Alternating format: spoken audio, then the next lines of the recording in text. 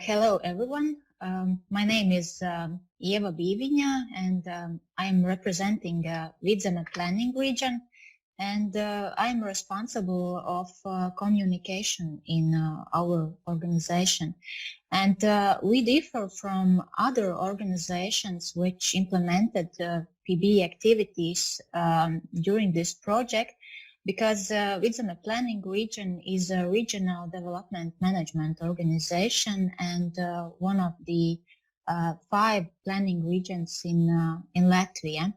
And in next few minutes, I would like to present our experience in implementing participatory budgeting activities in the region within Vidzeme Culture program for the last 2 years. And I would like to start by highlighting the main PB stages of our pilot. It included first the development of online platform citizen voting for citizen voting and project submission, and also for organizing a vote on the most important cultural priorities in the Vidzeme. Also, we have organized PB training, submission of cultural initiatives, and public vote on submitted projects. Later, these projects were evaluated by the program experts, and as a next stage was implementation of the projects, and as a last stage and very important stage was evaluation of particular PB activities. And we have implemented 2 pilot activities within the Vidzeme Culture program in year 2020 and in year 2021. As you can see, in first PB pilot, PB budget for cultural initiatives was 143,000, and in the second year it was 141,000. And a number of proposals were received in this first PB pilot. We received 149 projects, and a much bigger amount in the second year, implementing PB 182 projects in total, but 172 projects were declared as eligible based on program regulations. And the number of voters on submitted projects in first year, we had more than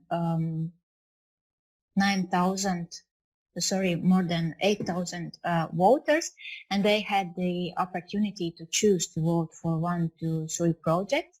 And in this last PB, we more than 5,000 people vote for projects. And actually last year we changed the voting principle, asking to vote for not less than 3 projects, in this way encouraging to get people to get acquainted with more submitted ideas within cultural program. And voting proportions are making participation rate from 5.7% in this first PB and 3.5% in the second PB, based on the number of citizens eligible to vote. And in the first PB pilot, 69 projects were supported, and in the second PB pilot, 54 projects were supported and received funding. And our PB is quite untraditional and unique because we have implemented participatory budgeting in the field of culture. We have involved the public in defining those cultural fields in which initiatives can be submitted. The results were considered preparing the regulation of Vidzeme Culture program. And in other words, those priorities that received the most public support were included in program regulations. And for the needs of our PB pilot, we have created our own online platform, an IT solution that provides submission of project applications, allows to review submitted project application, and also ensures the public voting process online. And in this platform, information about submitted projects is publicly available for everyone. Anyone can read and read a summary of the project and the information about applicant, the planned location, the funding required, and also to follow the actual voting process and amount of votes each project receives. And at the end of the project evaluation, information on the status of project is publicly visible, whether it has received funding and to what extent, or is this project rejected. Regarding visibility, we have concluded that by this fact, by involving the public, a much wider publicity of the Vidzeme cultural program has been achieved. And we see that the number of applications in last year has increased. And regarding transparency, due to the fact that project information is publicly available, applicants are more responsible towards information provided in the application. That was somehow a problem in past years. And discussing challenges that we faced during the PB process, we need to admit that of course, COVID-19 pandemic has made important changes in our plans. For example, we were not able to organize voting in person. We were developed an IT tool actually to gather these votes in person, in face-to-face. But instead, only online voting was organized, and the main challenge was for senior citizens to vote because of unequal digital skills. A number of initiatives, such as large-scale public events, were not supported if they were intended to attract large numbers of visitors due to COVID-19 restrictions. And also, project applicants had to plan some creative solutions which allows to implement the project in a pandemic again due to COVID-19 restrictions. Also, as a challenge, we define overall lack of a strong tradition and understanding of PB process in Latvia.